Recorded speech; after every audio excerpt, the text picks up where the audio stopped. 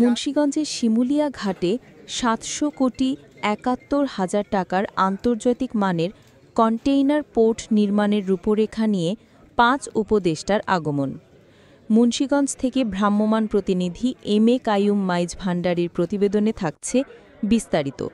রবিবার বিকেলে Shimulia dredger base সম্মেলন কক্ষে ৫ উপদেষ্টার দীর্ঘ ১.৫ ঘণ্টা একান্ত বৈঠক শেষে সাংবাদিকদের ব্রিফ করেন নৌ উপদেষ্টা ব্রিগেডিয়ার জেনারেল সাখাওয়াত হোসেন।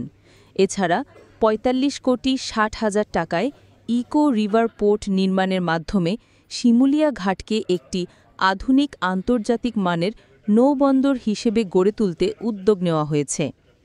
বিকাল ৩:১৫টায় শিমুলিয়ায় ৫টি গুরুত্বপূর্ণ মন্ত্রণালয়ের উপদেষ্টা শিমুলিয়া ড্রেজার বেজ সম্মেলন কক্ষে এক বিশেষ বৈঠকে মিলিত হন। কত প্রভাবটা পড়ে সেটাই কিন্তু পড়ছে। আপনি যে কথাটা পদ্মায় বললেন, যমুনাতেও আপনি গিয়ে দেখবেন একই রকম বাস্তবতা, বড় বড় চর উঠে আছে। পদ্মার ক্ষেত্রে দুইটা বিষয়, একটা হচ্ছে চলমান প্রকল্পটা ২০২৬ সালের সেপ্টেম্বর পর্যন্ত মেয়াদ আছে এবং এটার ৫৫% অগ্রগতি হয়েছে। কয়দিন আগে একটা জায়গাতে একটু ভাঙন দেখা দিয়েছিল, ওইখানে আমাদের যিনি আছেন ফজলুল কবির ভাই উপদেষ্টা মহোদয়, উনি নিজে এসেছিলেন এবং এসে তদারকি করে দেখে গেছেন। ওইটা যদিও সেতু থেকে বেশ খানিকটা দূরে, তারপরে তাৎক্ষণিক ব্যবস্থা নেয়। চরের বিষয় যেটা বললেন, মানে ব্রিজগুলোর কনস্ট্রাকশনের কারণে এখানে সেডিমেন্টেশন হবেই এবং সেডিমেন্টেশন অ্যাকিউমুলেট করবেই। এটা নিয়মিতভাবে চর কাটার একটা বিষয় আছে এবং এই চর কাটাটা যৌক্তিক। কেন যৌক্তিক জানেন? আমরা বাংলাদেশের বিভিন্ন জায়গা থেকে খালি দেখি বালু উত্তোলন নিয়ে মানুষে মারামারি হচ্ছে। সরকার যদি কম খরচে নিজস্ব উদ্যোগে এই চরগুলো কাটে, তাহলে আমাদের বেশ বালু কিন্তু আমরা এখান থেকে পেতে পারি, যেটা হলে অন্যান্য জায়গায় বালু তুলতে গিয়ে যে পাড়গুলো ভেঙে যাচ্ছে, নদী একদম শেষ হয়ে যাচ্ছে, ওটা হবে না, কারণ সরকার করলে পরিকল্পিত উপায়ে সেটা করা সম্ভব। আর বাকি যেগুলো আপনি প্রশ্ন করলেন, সেগুলো আসলে অনেক দীর্ঘস্থায়ী পরিকল্পনার ব্যাপার।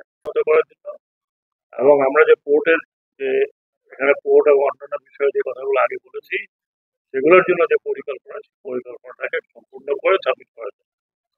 বাকিটা সৌন্দর্য বর্ধনের জন্য যাহা করিতে হয়, যা করা প্রয়োজন, আরো যদি অতিরিক্ত কিছু প্রয়োজন হয়, সেটা ডেপুটি কমিশনার বসবেন, বসে দেখবেন যে আর কি করা যায়। আমাদের পোর্টের জন্য যেটুকু জায়গা, যেটা বিআরডব্লিউটি এর জায়গা, সেই বিআরডব্লিউটি এর জায়গায় পোর্টটা হবে। পোর্টটা আমরা এখন পরিকল্পনা করছি, কবে হবে এটা বলা মুশকিল, কিন্তু পোর্টের জায়গায় থাকবে। কিছু জায়গা আছে সেগুলো ওনাদের ইচ্ছা হচ্ছে যে এটাকে আরো সুন্দর করা, কারণ নিজেদের ডিস্ট্রিক্ট সুন্দর করবে। নদীর পাড়ে যাতে লোকজন আসতে পারে, ঢাকা থেকে আসে প্রচুর লোক আছে, তাদের একটা সুন্দর ব্যবস্থা যাতে করতে হয়, এইটুকু আমি এগ্রি করেছি ইনশাল্লাহ। এবং এটার উপরে একটা কাজ করবেন, প্রথমে বিআইডব্লিউটি একটা দেখবেন, তারপরে ডিসি মহোদয় বসবেন, দেখবেন যে আর কিছু জায়গা প্রয়োজন হয় কিনা, বলে কিভাবে সেই জায়গা থেকে নেওয়া যাবে। আর আমি এখানে ডিসি মহোদয় আছেন, আমি আগেই বলে দিচ্ছি যে এই জায়গাটার সিকিউরিটি কিন্তু আপনাকে এই সিকিউরিটি আপনার এবং পুলিশ প্রশাসন, এই জায়গাটার সিকিউরিটি দেখার কাজ দায়িত্ব কিন্তু আমাদের বিআইডব্লিউটি এর কোনো ফোর্স নাই। তো এখানে আপনাদেরকে কেউই বাধা দেবেন না, আপনারা সিকিউরিটি পোস্ট করুন বা দেখুন বা ডিসিপ্লিনটা দেখেন। আমি এটুকুই বলতে পারি। আমাকে ওনারা নিয়ে এসছেন মুন্সিগঞ্জের উন্নয়নের জন্য।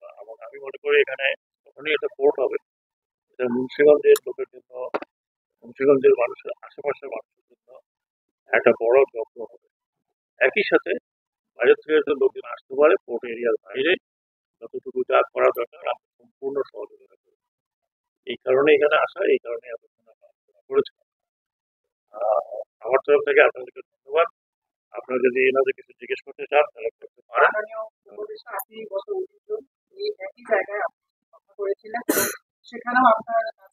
ওনারা কেউ যদি পিপিপিতে আসতে চায়, আমি শুরু থেকে তাকে আমি চেষ্টা করছি আরো আমাদের কিছু পোর্ট আছে, সেগুলো আমরা মানে একেবারেই সম্পূর্ণভাবে যেটাকে বলে wet lease, total wet lease যেটা দাঁড়িয়েছে, আমরা শুরু করছি একটা দিয়ে, করবো আরো কয়েকটা।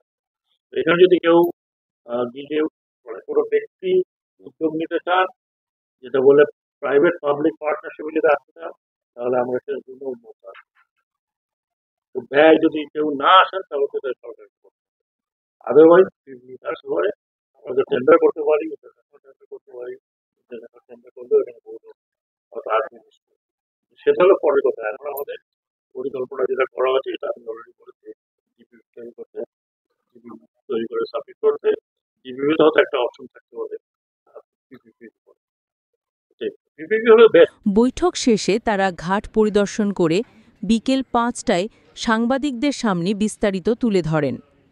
ঘাট রক্ষায় পদ্মা সেতু শাসন ও নদী খনন নিয়ে কথা বলেন পরিবেশ, বন ও জলবায়ু পরিবর্তন মন্ত্রণালয়ের ও পানি সম্পদ মন্ত্রণালয়ের উপদেষ্টা সৈয়দা রিজওয়ানা হাসান। এ সময় স্বরাষ্ট্র উপদেষ্টা লেফটেন্যান্ট জেনারেল জাহাঙ্গীর আলম চৌধুরী, শিল্প মন্ত্রণালয়ের উপদেষ্টা আদিলুর রহমান এবং বেসামরিক বিমান ও পর্যটন মন্ত্রণালয়ের উপদেষ্টা শেখ বশির উদ্দিন উপস্থিত ছিলেন। আপনার স্বপ্নের যাত্রা হোক ফ্লাই ইনফিনিটির সাথে।